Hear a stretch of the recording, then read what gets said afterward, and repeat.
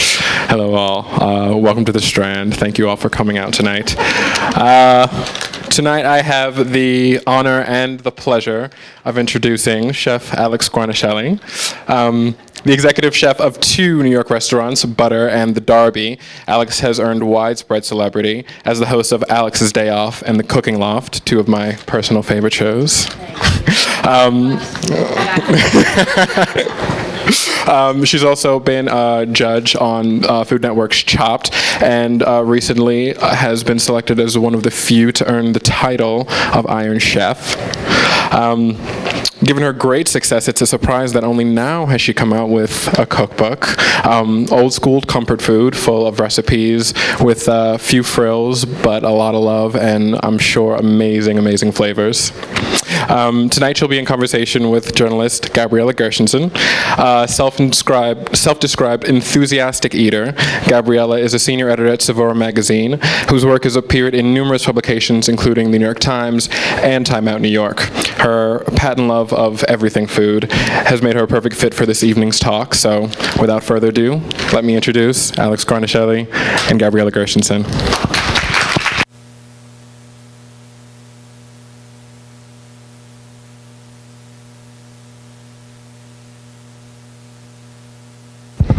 I feel like I'm in a supermarket. Hello. Clean up in aisle 3. I have a feeling you don't need me tonight. Everyone's laughing at everything you say. I think everyone in this audience absolutely adores you already. It's my family. This is a big family. Are all Italian families this Yes, big? I have a lot of cousins. Yeah? Thanks, guys. So they're all named Joey, and Joey? Yeah, it's like in Goodfellas. Remember when they went through the wedding? This is Marie, this is Paul, this is Marie, this is Paul. Do you remember that? A little. Good chat. Thank you. Thank you. I love a movie reference no one gets. Great way to start a I totally party. remember that part. I love that. That's my favorite part in my favorite movie. I love Goodfellas. Did you really, though?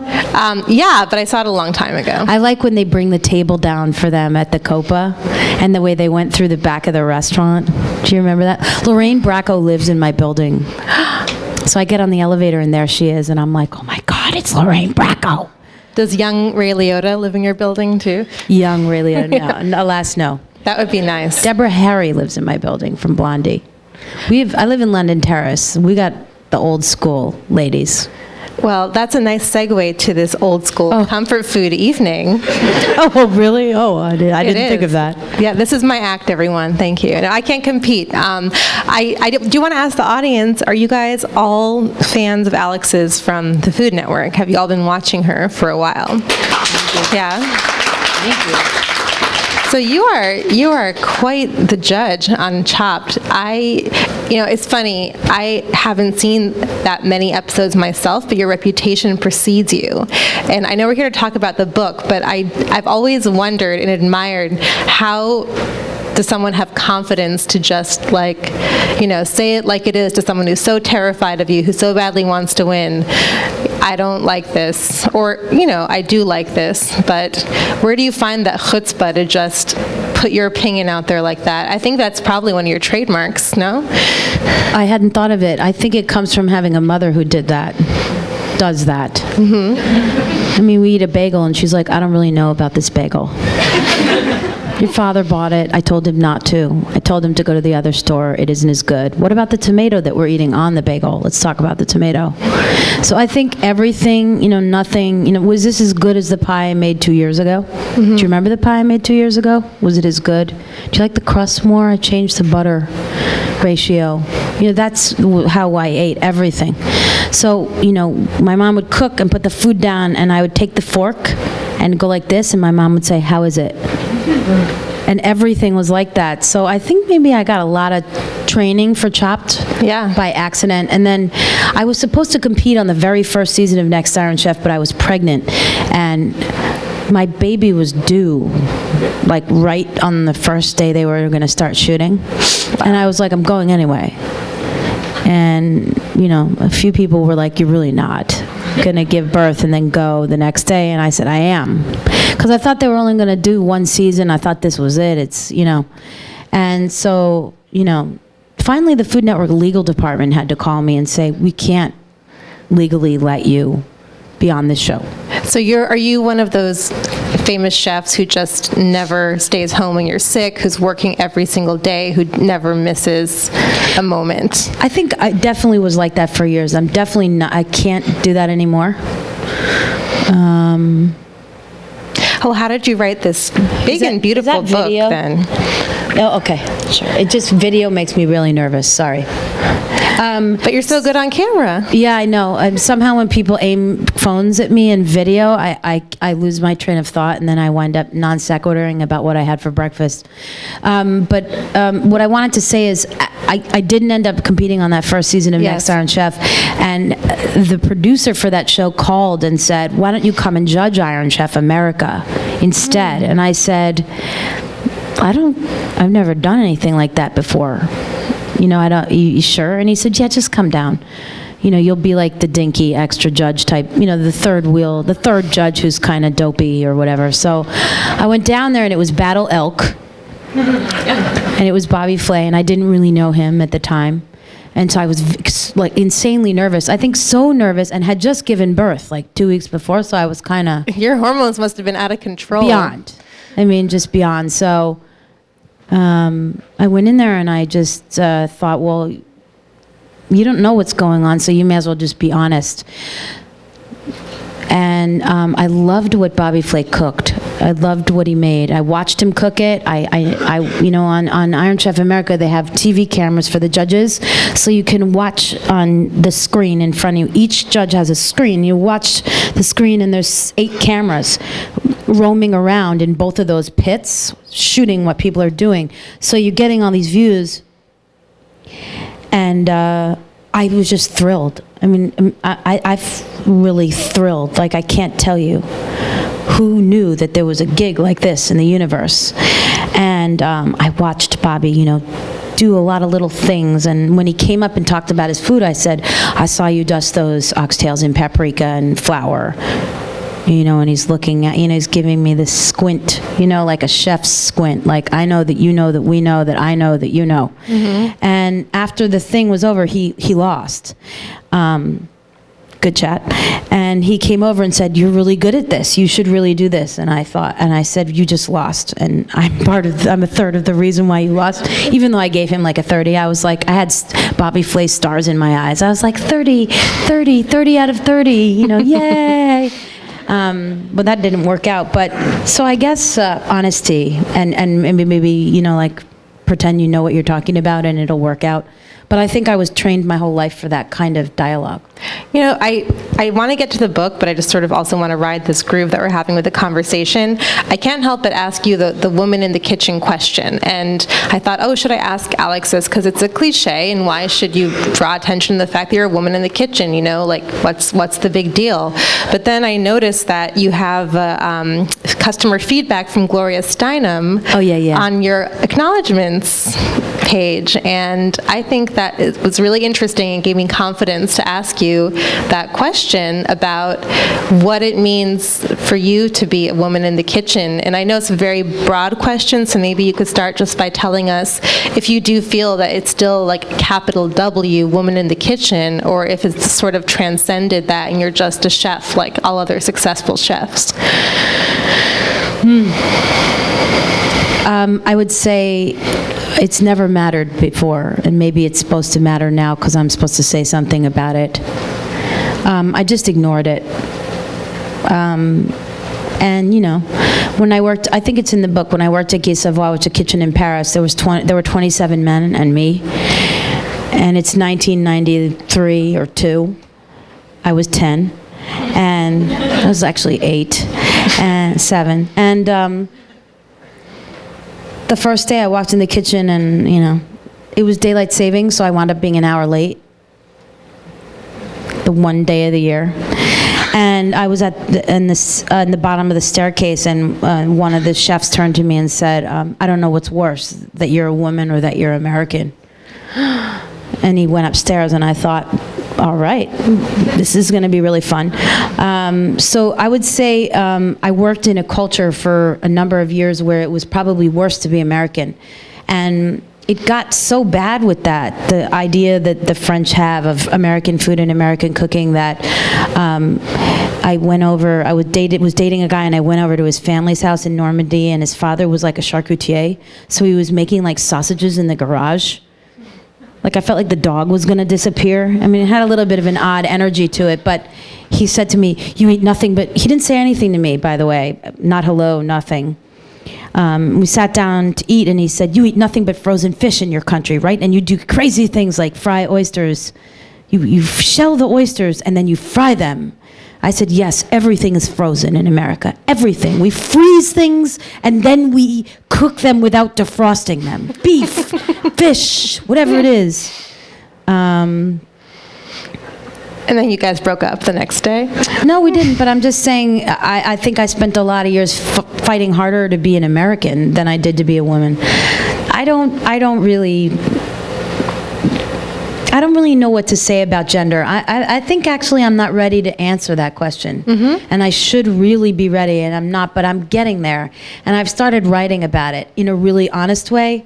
So you, with such a literary sensibility, must understand the feeling of discomfort you get when you write something and you read it and it makes you uncomfortable. And I've started to write it really what I think and really what happened. And I read it and I say, oh my, this is really not anything anybody would want to read, because it's horrifying to actually read. And then I'm thinking that for that reason, everybody will want to read it, but then I'll have to move to like an island in Guadeloupe somewhere and never speak to anybody again. You know, like witness protection type situation. So it sounds like probably a lot of chefs have to eat a lot of shit. I mean, everyone in every industry has, but if I'm reading between the lines, it sounds like you tolerated a lot, and now that you are sort of expunging it, you're a bit horrified by what you kind of had to go through to get to where you are today? I would say that's partially true. I would also say that learning a craft like cooking takes a really long time, takes a lot of repetition, takes making the same mistake over and over and over and over again, and cooking the same foods over and over again and not getting it right the 50th time. And guess what? You're working with people that already know how to do it, that are teaching you, and they don't like that you screw it up 50 times. So the result is, that adults teaching adults can be an ugly situation. So I think gender is actually low on the totem pole of concerns that I had. I also thought, well, if I mind being in a room with 27 men, then maybe I shouldn't be in a room if that's how I'm looking at it. There were days when I thought, it'd be nice if I could ask someone for a tampon. I mean, I know it's kind of funny, but it's also true. You can't say, like, dude, I have my period, my toenails are killing me. Like, who is going to listen to me? The 22-year-old Frenchie with a hangover who has been cooking for 8 years already, and, And yet you name some mentors in your book. Oh, yeah. That are French men, like Guy Savoy. Yeah, he's a great celebrator of women. Yes. Was that a euphemism for the way French men are with women? Oh, boy. What kind of talk is this? Highbrow smut. Somebody get the Barry White album. I can give you a softball if you want. He's a ladies' man, sure. But he was just sort of like, he said, I believe in you and you can do this, and don't pay any attention to those dopes, in his own kitchen. And then I said stuff like, great, can I work the fish station? And he said, no, you can't do it, you're terrible. So there was like this mix of like, you're wonderful and I believe in you, and no, you can't do that because you're not good enough. Let's get back into your early life. I mean, you have such an interesting upbringing. I'm just thinking of the people that you've sort of been exposed to your entire life. I've heard of your mom because she's legendary in the cookbook industry, and here you are writing about her testing recipes from some of the great pillars of, the last half of the last century, some of the great cookbook authors to have come out of publishing your mom's discoveries, and you were eating those recipes before they were even published, It's such a fascinating upbringing. When did you develop the awareness that this was not normal? Around the age of 1. No, 3. Yeah. No, I don't know. I would say when I started eating school lunch. That's when it really hit, and that's actually why I wrote about lunch. I know there are a million problems in the world that are worse, but when you're trying to fit in and you're growing up, lunch is a big benchmark. If you're a mother and you have a child, listen up. because my mother would just make really great things that made no sense. And, I really envied that pack of Oreos and the thermos of soup and the peanut butter and jelly. I wanted that. I can't tell you how much. I just wanted a box of Count Chocula and, some margarine. I really just wanted those things. And so when I went to the deli sometimes, I got a bagel and they put margarine on it. I mean, it just tasted so good to me because it was forbidden. Yep. And, then of course, as a chef, you're supposed to eat nothing but caviar smeared with foie gras. So there's like this idea that, we chefs don't eat Doritos and cake, which is just totally ridiculous. Well, that's kind of been dispelled lately, I think, just by some things that have been really popular, like cereal and milk ice cream, and like the kind of high-end junk that restaurants serve. I don't mean junk in a derogatory way, but kind of playing off of like the American canon of junk food. But you are writing it's a home cooking book that's informed by your whole background, like your whole life, as a daughter and as a mom and as a professional chef and a superstar. I'm always curious about chefs who cook at home. When you come home, do you cook? I never did for years. And the piece of paper for the directions for my oven was in my oven when I moved out of an apartment I lived in for 4 years. I remember once realizing that I didn't have a pot to boil water in and boiled water for tea in a measuring cup because I didn't have a pot. So I did not. I mean, if you're cooking 16 hours a day, do you think I could go home and bake a 12-tier wedding cake and a lattice-crusted pie? Yeah. I'm going to go home and get a copy of a crappy magazine like The Inquirer and a bag of Doritos, and I'm going to read and daydream and stare into space. That's how I was for years. But definitely when I had my daughter, the first year or two, I really didn't cook. But the last few years, I've really taken to cooking. And I realized, I never intended to write a book that was chefy. I never wanted to write the caviar and scallop and foie gras sandwich book. I never intended to be that way. I thought that the only way I would make a book that people would buy or be interested in owning would be if, one, there was something they felt they could cook, or two, that they enjoyed the story, and that I wanted both those notes to be part of the book I chose to write. Well, this book is very generous, both with your personal remembrances and also with, just the technique. I remember looking at your the pantry, all of your essential items, and I think there's a big section on leg of lamb in here. It is so thorough. Is this kind of what you wanted as a young cook? Is this the sort of tutelage that you craved? Did that at all inform what you chose to do with this book? No, I got that tutelage, really. I spent a long time in basements in Paris with legs of lamb. And I thought, when you can write a lot of things, you don't realize how much you're carrying around with you in terms of information. I think we all do it. There's something that you know a lot about and you don't even realize it, maybe. Well, I sat down to write this book. I thought, well, I guess I know a lot of stuff about this.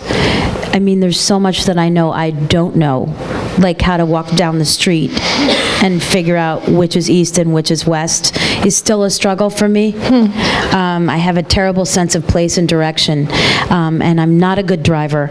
And I've tried to knit several times and I can't, and I'm not good at fishing. So I'm figuring that the accumulation of things I see that I'm extremely untalented at, that there is something that I didn't know I knew so much about until I sat down to write. So it poured from me, honestly. Yeah.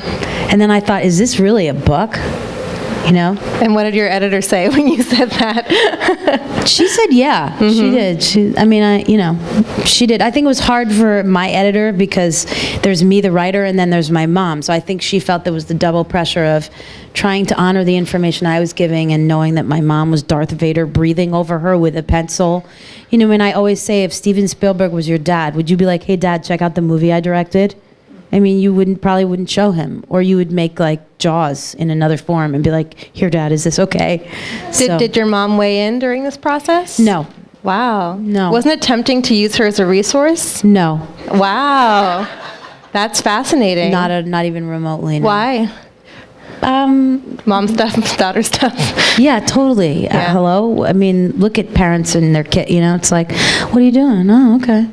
So when the book was finished, I left the third dummy after I gave it in. I gave the last revision in to the editor, then I left it on the coffee table. And she came over to watch my daughter, and I came home, and she said, "I read your book." And she said, "I like it, it's good." That's all she said. now, there's a great moment in your book where I keep opening it as though I'm going to flip to the exact moment, but it's really unusual. You say that everyone writes about food and they write about mom's cooking or grandma's cooking, and you say that for you, dad's cooking is that soul of cooking that is your ultimate comfort. I'd love to hear more about that. My dad would come home very hungry. My father only cooked. I mean, you want to talk about cooking out of necessity? I feel like cooking as a recreational activity is something we really love in this country. Like, I'm going to cook. I'm just going to... What I don't like is when people take that a step further and they're like, "Oh my God, I grilled 2 pieces of swordfish for 2 of my friends on Saturday night on the patio and I loved it. I'm going to be a chef." And I'm always like, oh my God. That's like the person who fixes a leaking faucet and decides that they're going to spend the rest of their life being a plumber. But my father cooked purely out of necessity, and my father cooked out of hunger. I never watched my father cook ever and when he wasn't hungry, and I think that that's kind of critical because he worked quickly, and he did a lot of things quickly, but he also used a lot of sort of unusual ingredients. I mean, he would make like a raw celery root and fennel salad. Wow. And he would just toss it together, and he used way too much garlic powder and way too much vinegar. I mean, we would bite and be like, delicious. My mom would wait till my dad was done. We'd have salad after, and my dad would clear, and my mom would be like, "Psst, do you want to eat my salad? Your dad's inside in the kitchen. Can you eat this, please?" So she would bribe me sometimes. But my father had a very unusual way with vegetables in particular, and he used a lot of different ones, and there was a lot of sort of fundamentally Italian ways that he went about that, though there was nothing I could say was truly... There was a number of things that were really Italian, but not in the classical sense. Yeah, you don't have the Sunday red sauce story or Sunday sauce. Sorry, No. I'm Jewish, so I mess up all the other No. Italian stuff. But No, I mean, that comes from the fact that my parents, first of all, aren't religious people, so Sunday was like any other day, but also my parents would never cook tomato sauce all day. I just don't, my grandmother did. My grandmother did. She made lasagna with little meatballs, and she would spend 2 days rolling all these meatballs, and then she would serve it, and my great aunt would say, "Eat another wedge for your grandmother." Let's get into that, people. You know what I'm saying? So I was like, let me have another piece. I'm starving.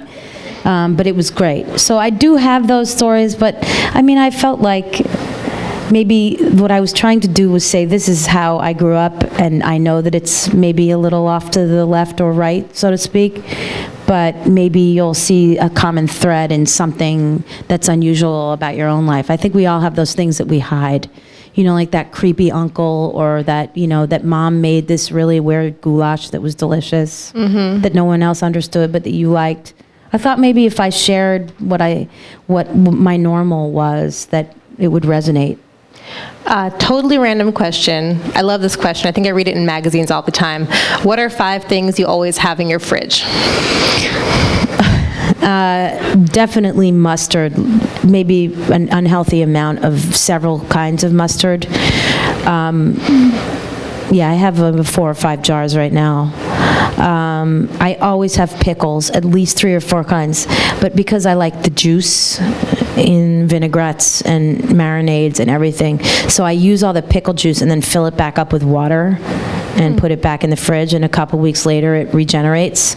So I have like this weird, creepy rotation system with jars of pickle juice. The pickles are irrelevant. My daughter's like, "Mommy, I want some pickles." I'm like, "Not that jar."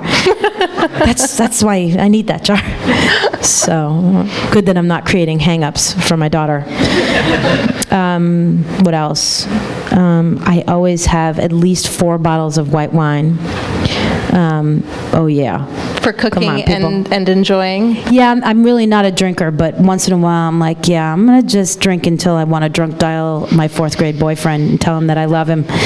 Those are the really rough days. Those are the days like when, the dishwasher doesn't show up for work and the boiler breaks and, one of those. It's always a Friday or a Saturday. The boiler never breaks on Tuesdays.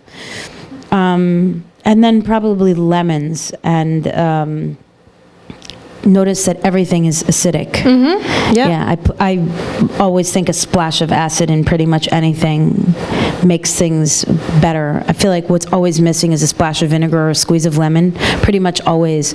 I think it's the best substitute for salt. And I think I told that story in the book too, which is that I made a salad for a very famous chef, and it went out in the dining room, and it came back and he said it was too salty. And there were, everybody gathered around this salad, looking at me and eating a bite of it like, what did you do wrong? And Danielle said, it's not too salty. You put too much vinegar in the dressing, and the acidity, he mistook it for salt on his palate. And that was a great moment for me, because I realized, when people say to me, how do I cook with less salt? I always say, add a little more vinegar, because it really, it comes across on the palate in a similar way. Very interesting. And then cake is the fifth ingredient. Oh, good. Thank you. I always have cake. I was going to let it go, but... No, I need cake. Do you have a favorite? And is it something that you buy on the way home? I don't know. Sometimes I bake something, but I'm really kind of too impatient to bake properly at home, so I don't do it often. I'm an equal opportunity offender with cake. It can be from carrot to... I like coconut a lot, chocolate, vanilla. I like everything. It's really bad. As a food group, my pyramid is very big. The top triangle is just cake. And then there's quinoa. You distracted me because I started thinking about layer cakes, and that's very... As well you should. Very distracting. It's like porn for girls.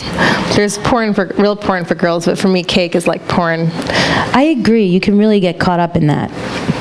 Yeah.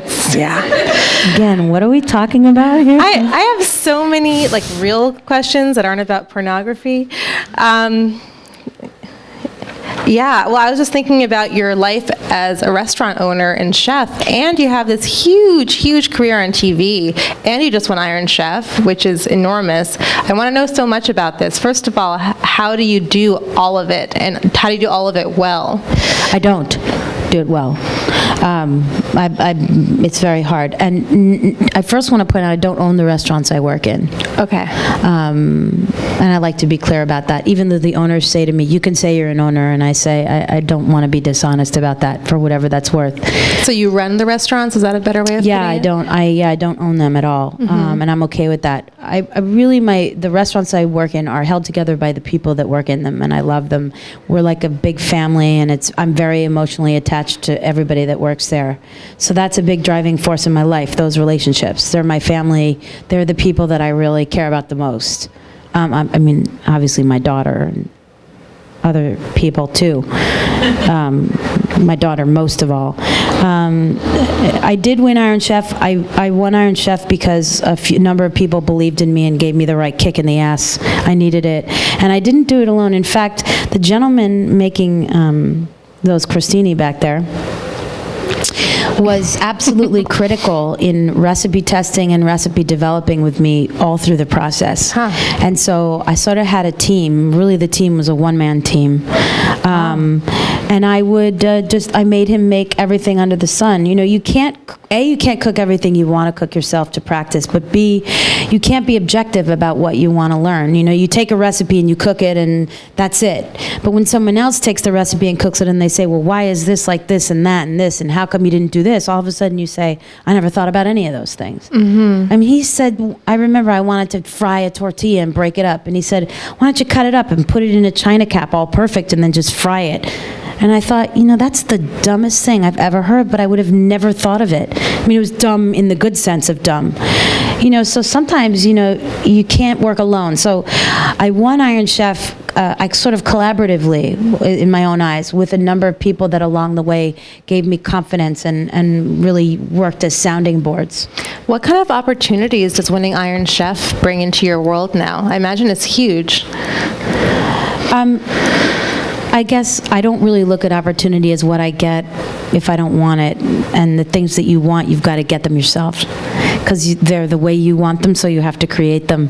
So I would say whatever opportunities are offered to me, I more look at it as a nagging sensation that I really should just do things the way I want to do them and create my own business the way I want it to be, if that makes sense. Yeah, I think so. It You know, sounds like, very can I go, focused. you know, yeah, I don't, what am I going to do, sell tomato sauce at Target? I mean, I suppose things like that, sure, but I guess it's more about it's like, be careful what you wish for. And in all honesty, I wanted to win Iron Chef because I wanted to be an Iron Chef. It's a dream of mine that I've had for a really long time, and I don't think there's anything wrong with that. I wanted to be a Rockette for a really long time, and I don't have the legs. I know you guys think I do, thanks. But you kind of, I really wanted to be an Iron Chef. I always liken it to a baseball player who wants to be in the show and wants to be on the Yankees or whatever they want. I just wanted to be a Yankee. I wanted to be an Iron Chef. I just wanted it. So I went at the goal wanting to just win it, not about what it would bring. That may sound a little hokey, but I just really, you know, like some people want to be my daughter really wants to be Spider-Man. She's like, I don't understand why I'm not Spider-Man, Mom. And I'm like, okay, you're Spider-Man. She's like, but I'm not really. You know, and I'm kind of pissed about it. She's 5. She's pissed off that she's not Spider-Man. So, I mean, I just watched Iron Chef all those years, and I just was like, I want to be in the show. So when I got to Kitchen Stadium, I mean, it's just kind of like, wow. Do you feel that you've developed a signature either in your persona as a celebrity chef on television or at work? Is there a dish that everyone comes in and you have to get this dish when you're at Butter or the Derby? I think there are some dishes that have gotten that way just by accident, really. I mean, I don't know if you can create a signature dish and say, this is going to be a signature dish. But they kind of happen. Like They do. Like, you know, obviously Eric Repair, you wouldn't go to Le Bernardin and not order the fish. Danielle has his, you know, the sea bass. He doesn't serve that anymore. Which he doesn't serve anymore. Well, no, I think I mean to say in a good Yes, way is kind of, yes. but yeah, definitely, I think so. There's a pasta dish and these little raspberry beignets that we serve at Butter, and they've been on the menu for 10 years, I think, and you know, it's just like, I took the pasta off for one day, and the owner came in and ate dinner and was like, where's the pasta? I took it off the menu at 5 o'clock. By 6 o'clock, I had 3 complaints, and I just thought, why am I fighting this? For artistic vision? I mean, if it's what people want and they're going to come. How do you feel you sort of juggle this? You have a lot of different things going on in terms of just how you're perceived. People know you all over the country, I imagine. And then there are people in New York, and you're a hometown girl, you know? And also there's this whole notion of like the foodie establishment, you know, versus more like pop cultural aspects of food. And, you know, you come from like a, you know, very like well-entrenched foodie family. And I think it must be interesting for you to be firing on all these cylinders. Is that something that you were thinking about at all when reading this book? Because you could probably write in many different voices if you wanted to. No.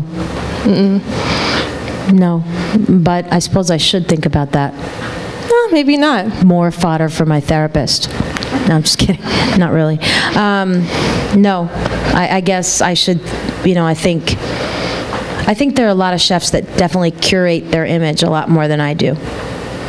And I could probably stand to do that, but I think it's not, I don't know, I'm thinking that I'm a big fan of the truth as much as is possible, and so I'm flawed, and I'm a judge who isn't afraid to compete and isn't afraid to lose and make an ass out of myself. I think that that's important. I think fallibility is part of my idea of being a hero. So, you know, I think it'd be kind of cool if you could turn around and feel like you did some heroic things in your life of different kinds. And failed and learned, like you did with the salty, acidic salad. I mean, yeah, totally. Cooking. People, I say I burn stuff all the time, and people say you do. Totally. I mean, it's just not I don't really look at cooking as a craft you master. I look at it as a craft that accepts you grudgingly over time, if you're good to it and patient with it, and nice to yourself. So how'd it go with developing recipes for this book? Was there one that was just so glorious and you couldn't believe it, or one that gave you much more of a tough time than you thought? Oh my God, there were some stinkers. I think Ian, you also helped me with the recipes for the book. Remember that shrimp toast recipe? That thing sucked. I made some terrible stuff. And he was like, you really need to let this recipe go. This one. Yeah. Your secret weapon back Yeah, there. no, and I just, there were some recipes I had a lot of trouble letting go of. But no, as a chef, you collect recipes. I have so many. If anything, it was harder to pick what not to put in the book. And for most chefs, that would be true. I mean, think about Eric Ripert. How many recipes do you think that dude has? Too Or many. Danielle Ballou, or, Alice Waters, or whoever. I mean, I have so many, really. It's really about picking the right ones. I can't wait to cook from this book. I think I'll make the cauliflower first. That's a goodie. That looks really, really good. I think it's time to open the floor to the audience for questions. Does anyone want to ask our illustrious guest the deepest, darkest secrets of her life? What's the strangest ingredient you've ever seen on chocolate? This is the same question I get every time. What's the strangest? I would say that two things make the strangest ingredients on Chopped. The first is the ingredient itself, and then which round it's in. So usually it's the dessert round that has the strangest things, because it's just unbelievable what's in those baskets. I'm trying to think the strangest. I have to say the durian fruit wins. It really does. Because when you split open a durian fruit, the stench just goes through the whole place. It's unbelievable. There's just absolutely no way to back up into appetizing. So for 30 minutes, you smell this fruit and you hear the sound of them scooping the flesh, which is like, feels like scraping a human body would be. And then of course there isn't enough time once you wrestle with the fruit to do anything really refined with it, because it makes beautiful custards and it can be wonderful baked into breads and stuff, but of course that's not what Chopped is like. So it's designed for failure, which I know well. So that was probably the strangest. And the other was we got when they give the whole back leg of a pig or something in 30 minutes, and you just see the cook kind of, how in good God's world am I going to cook this? You could cook like for hours at home, all day. And you have 30 minutes and you see people hacking a hunk out of it, and you just... The thing about being a judge on that show is we're all such emotional people, the judges, that, we always say, I always say, I'm not going to cry, I'm not going to get upset, I'm not going to get worked up, I'm not going to get mad. And of course, by the end of the day, I've done all those things. Because it's just, if you put a cheetah in the wild, guess what they're going to do? You're going to run around after those antelope and freak out. And, we're just all cheetahs. And they just put us in the African grassland, and we just do what we do. So that was a very long answer. I'm sorry. Does anyone else have a question? Yes, sir? I apologize if this is a little personal, but it seems with you and Chef Zakarian, you have a relationship. I'm just curious when that started, and when he became the Iron Chef, he sort of was a sous chef, and definitely on Chopped, you kind of have a little rapport on there as well. I'm just curious about the history of that. Yeah, I was just with him yesterday. What do you mean? Sorry to interrupt you, but I don't know the backstory. You're being really polite. What do you mean by relationship and rapport? They play off each other really well, like Mulder and Scully on. That's a really good analogy. Jeffrey's a very interesting person. I mean, he's very poised. He's very bright. He's articulate. He knows a lot about food. We've had a similar training, and we actually really see eye to eye on food in a way that's astounding. I like to disagree with him.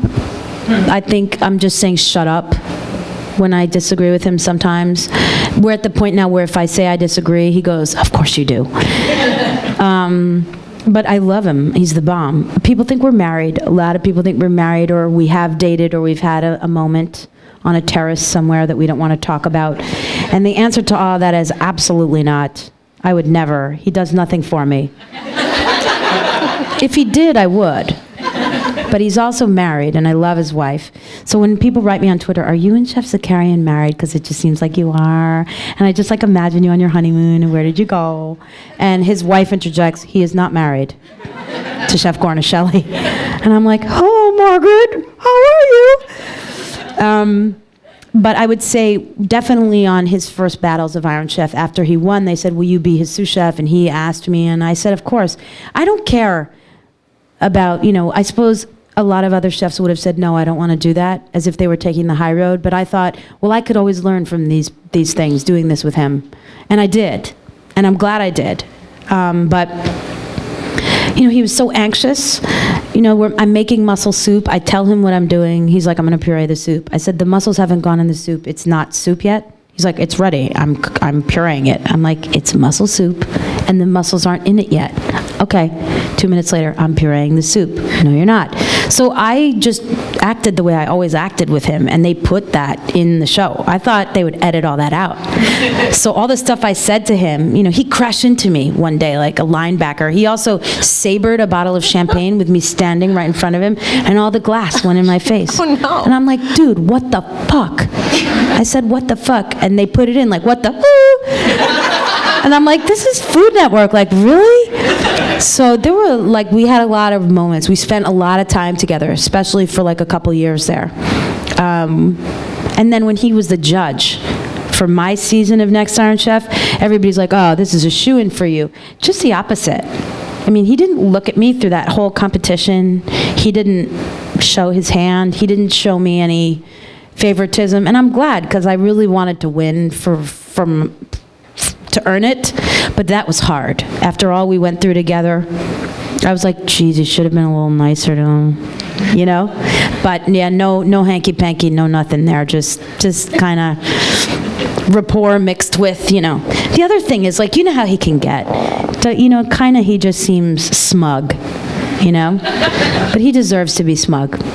He has the training and the talent to be that way. And so I respect him a lot. I want to strangle him sometimes, but I respect him deeply. I love that you asked that question. I'm fascinated now. Great question. You must Fascinating. You're observant. You guys need a show together. You need to be like the George and Gracie of the Food Network era. No. No. All right. That's case closed on that. Anyone else? Yes? Do you get to see the ingredient on the next on the Iron Chef show before it actually starts? No one ever really seems surprised. No, they give us a list, and they say it'll be one of these things, but it doesn't make it, it makes it worse. Yeah, and you get 100 things on each of those ingredients, and you kind of, it's almost easier to just go in and say, okay, I'm going to make a pasta of some sort, I'm going to make a soup of some sort, or it would be easier that way. But it is just the way it looks. They lift the thing, and then they say, all right, you ready? And then you have a little chat, and that's it. And then you get an hour, and it's over. And it's unbelievable. It's like, I don't know, it's an out-of-body experience when you're actually cooking in those moments. I don't remember it at all. And then I watch the show, and I say, did I really do that? So many times on Next Iron Chef, I was like, I didn't do that. That wasn't me. What was it, a puppet? A blow-up doll? It was me. I took a lemon and I threw it on the floor and stuff. I was like, I didn't do that. I so did that. I so did that. I'm very You're so emotional. rock and roll. I love it. Thanks for putting it that way. I think there are other descriptions for it, but yeah, I guess being human is working out. I like it. I like it a lot. Any other questions? Yes. How are you finding having 2 restaurants now instead of 1? How has that affected, your butter? How is that? I don't like it. I don't want to have 80 restaurants. I'm not built that way. I would like to not have a restaurant that I can't run or walk to. That's kind of a goal of mine. I don't know how chefs do it. I admire them. By the way, a lot of chefs do it really well. It's not my style, not for me. I would rather have only 1 restaurant, and I would rather have it be butter, and I would rather go there and just feel grounded there. And one restaurant is very new and very fancy and very hard to run, and one is very old and kind of ghetto and a piece of cake. So it's like, do you drive the Lamborghini that has a sticky gear shift and constantly guzzles gas, or do you get in your old Honda where you have to tape up the window? That's what it's kind of like. I'd rather only have one, and one that's really representative of me. And I don't have that yet. Maybe by the time I'm 50. I'm definitely a slow mover. I saw more questions in the audience. Yes, young lady. Do you have a favorite restaurant? I have many. I like Hearth a lot. on 12th and 1st. I like L'Artusi a lot, which is on, I think, Charles and 10th. I like Mary's Fish Camp and Pearl Oyster Bar a lot.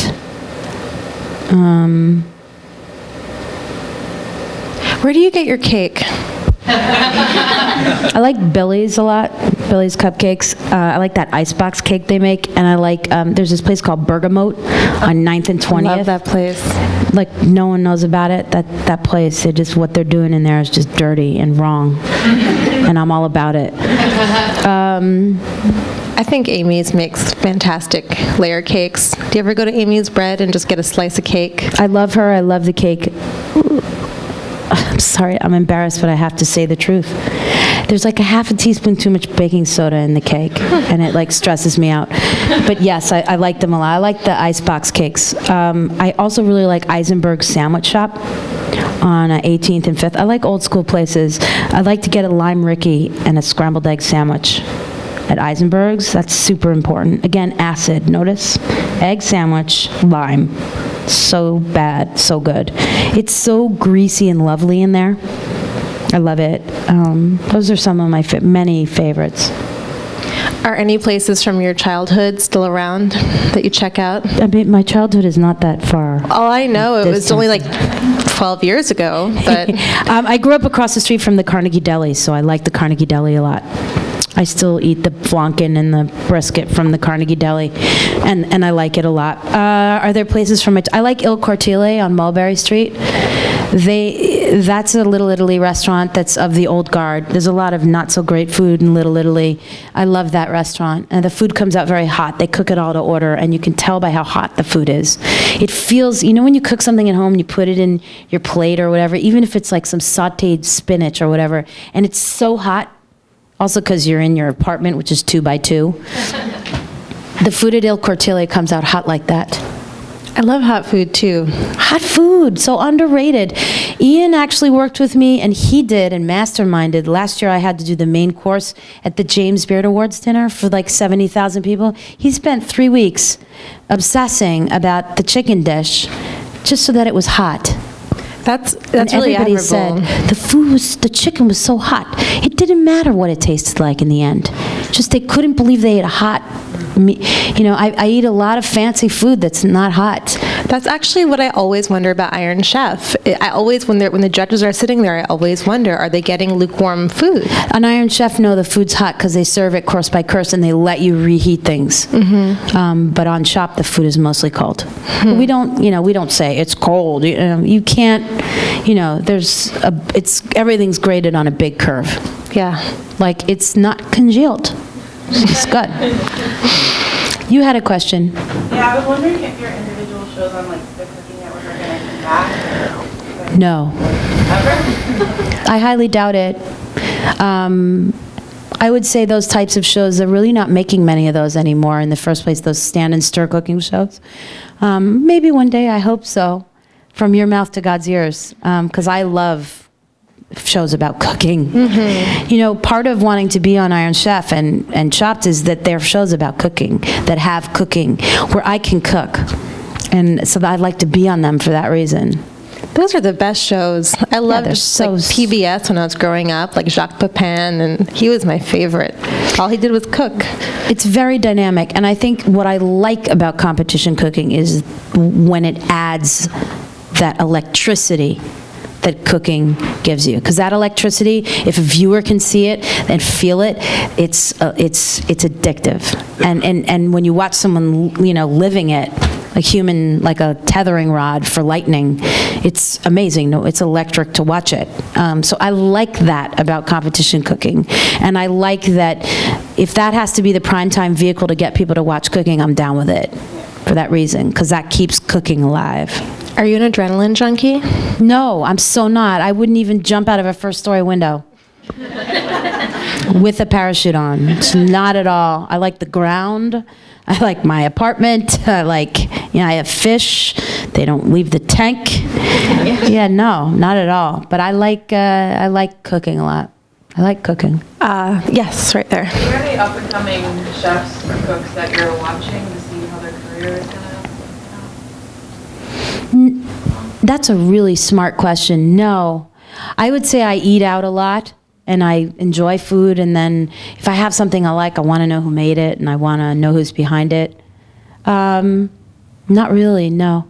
But on Chopped, that's really what the show's about. It's about showcasing up-and-coming chefs. And so I do get exposed to a lot of up-and-coming chefs on the show. And I do keep tabs on some of the contestants. So if I'm exposed in a structured way to cooks that are up-and-coming, then I do think about it. But I don't have like charts and grids like Homeland. You know, like this guy used to cook here and now he's here. And, you know, no, I don't do that kind of stuff. And second question, is there any restaurant that you're dying to go to that you haven't been to with them? Yeah, I really want to go to Salvation Taco. I haven't been there. Apparently they have a great happy hour. Yeah, that sounds about right. I don't know. I do have a list that's always running. I've never been to Peter Luger's. I really want to go there and be abused and have a really good steak. I like steak a lot. I like to go to steakhouses. I like Smith and Walensky. I like to eat a steak and have a slab of coconut cake there. Cake. But no, that's about it. I like hamburgers a lot too. I want to give you a recommendation. Okay. I had one of the best hamburgers of my life last night. Really? At All's Well, which is a restaurant that I believe is from a Spotted Pig alum in Williamsburg on Bedford Street. I took a bite of this burger. Brooklyn, huh? Well, if it's worth it to you to have this burger, I'll just put it out there and take it or leave I'll it. put it on my list. It was made with aged beef, and it was just glorious, and it was perfectly seasoned, and they make their own buns, and they were like perfect buns. Of course they make their own buns. It's Brooklyn. They probably made the plate. We wove these aprons, and the server made the shoes, and the maitre d' wove the curtains from his hair. It's Brooklyn. There's one suspender as a statement about not being in Manhattan. I'm bitter. You know what really did me in is I made too many trips too far, too hard to not enjoy my experience at a number of Brooklyn restaurants. So I'm a little bitter. I need to listen to some Adele in the dark and just come back to a good place and then start again. It's a really good burger. I'm gonna do it. I like it. I've heard talk of the up and coming chef there. I'm keeping tabs on them. I have no idea, but I have heard that name before. I don't know if you're a late night person, but a good friend of mine says their menu that comes out after midnight is awesome, and it has like a really good fried chicken sandwich and the burger. Perfect for my diet. You know, it's good. Well, you know, you're like a legit New York City chef, and I hear you guys all like to go out late at night and drink and party and eat greasy food together. No, I don't do that. No, but I did. Yeah, I don't anymore. I get up early and go to the green market or sleep. I'm trying so hard to vibe with you. Oh my God. You're doing great. Thank you. Oh my God, I'm sending you love waves. Thank you. Does anyone else have a question? Yes. With your daughter, how do you compare how you were brought up with food versus you want to bring her up? Do you want the truth or do you want the romantic answer? Both. The romantic answer is I'm trying to instill in her the idea that cooking your own food is a really good idea. Because I do think that's true. But I'm trying to make it so that she can come in and out of the kitchen as she pleases and not inundate her. I grew up in a house where my father cooked a lot, my mother cooked a lot, and my parents served me my food. And this sounds like a small thing. I don't know how all of you grew up, but my father gave me my food every day. And he gave me a lot. And I ate it all. Like I was going to the electric chair. And because it was so good.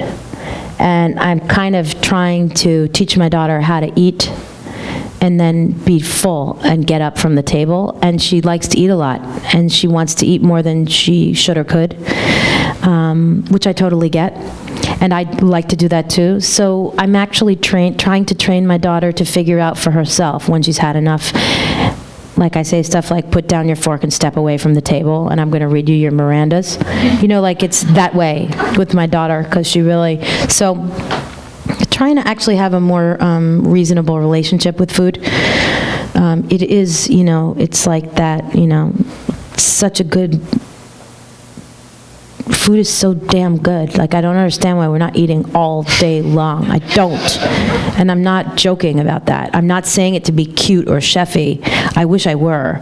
There's, people like, dude, are you hungry? And it's like, well, I'm breathing and I'm awake. And yeah. I mean, I wake up in the middle of the night and I'm like, what am I going to eat when I get up?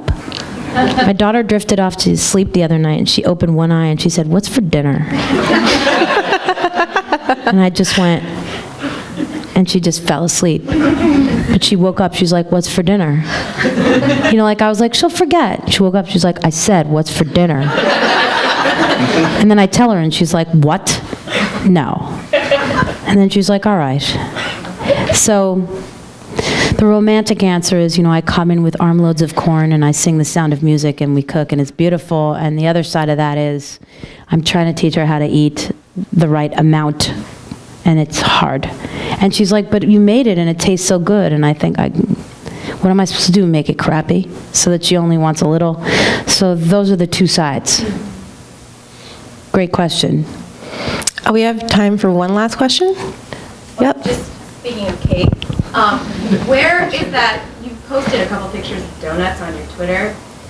Where is that place? Because you didn't say where about it. My favorite donut place doesn't have the best donuts in New York. It's just my favorite, and it's in the back of the book on the last page there's sources, and I talk about old school places. The Donut Pub on 14th Street between 7th and 8th. I get black and white cookies there. They're really good. Yeah. Not that I know, but I heard. That's the place where I post most of my donut pictures from, because that's an old donut shop in the old sense. They have yeast, they have cake donuts, they have all the different schools of donut. They're not the best donuts. They're just my favorite. It reminds me of the donut shop in my hometown. Like, it's called Denny's Donuts. When I went home, I got them. I'm like, these suck, but I want so many more. I grew up on 55th and 7th, and there was a donut shop when you walked outside my building right there, my whole childhood. So they would fry the donuts, and when I worked at Danielle years later and moved back home, they fry the donuts at 4 o'clock in the morning, which is when I would leave to go to work at Danielle. So I would bang on the door, and the guy would be like, it was like the guy mopping, and he would just go back and get 2 cinnamon rolls and just give them to me and be like, just get out of here. Like, you're such a creepy, freaky weirdo. And I would eat it like a sandwich, the 2 coffee rolls. Yeah. Yeah, that was how I began every day. I love donuts. They're serious. I would give up cake and people for donuts. I like it. Yeah, it's bad. It's a bad situation. The donut plant, they're far more gourmet, far more fancier, far more evolved and complex donuts. They do nothing for me. They're not donuts. They're something else. And God bless. I think it's amazing. It's just not for me. It's not a donut in my book. It's something else. Have you had their coconut cream donut? Yes, I've had those donuts. You're unmoved by them? I think they're really, it's artistry, those donuts. It is. It's artistry, and it's very specific to the person who created them, and I love all that. I just don't want to eat them. Did you see Saveur's donut issue by any chance? Yes, I read it cover to cover. That was my baby. It was great. I mean, I knew most of that. I was like, oh yeah, okay. Yeah. I'm kidding. No, it's, I was like, I'm gonna have to send you a copy if you didn't see it already. Donuts, I mean, really, I could spend the rest of my life eating nothing but donuts. Well, you must have an opinion about baked donuts then. I like all donuts. I'm an equal opportunity offender. It has to have textural contrast. It has to have the right amount of sweetness and cakey. I need sometimes I like a hint of something yeasty or something else, but I like all donuts. Crullers? Crullers are probably my favorite, which is a sort of a dying art, a cruller, because crullers sometimes move towards churros and things like that, and it has to have the right amount of cake to greasy edge too, and then it has to be soaked in cinnamon and stuff, but a lot of powdered sugar, and it's got to be just so. So and you're going to make us donuts next time. Yeah, and I don't like zeppoli or funnel cakes, and so I hate that stuff. I know that's sort of like cousin that donuts don't admit they have, but they should just keep on denying. You're a complicated woman. Yeah, I'm crazy. Chef Guarnaschelli, I think we all owe her a big round of applause for sharing so much with us. Thank you. I see my dear friend Annie Washburn is in the audience. Thank you for coming. She's like, really? So I think it's probably time for snacks and book signing. So thank you so much for coming tonight, Thank everyone. you for coming. Such a great job.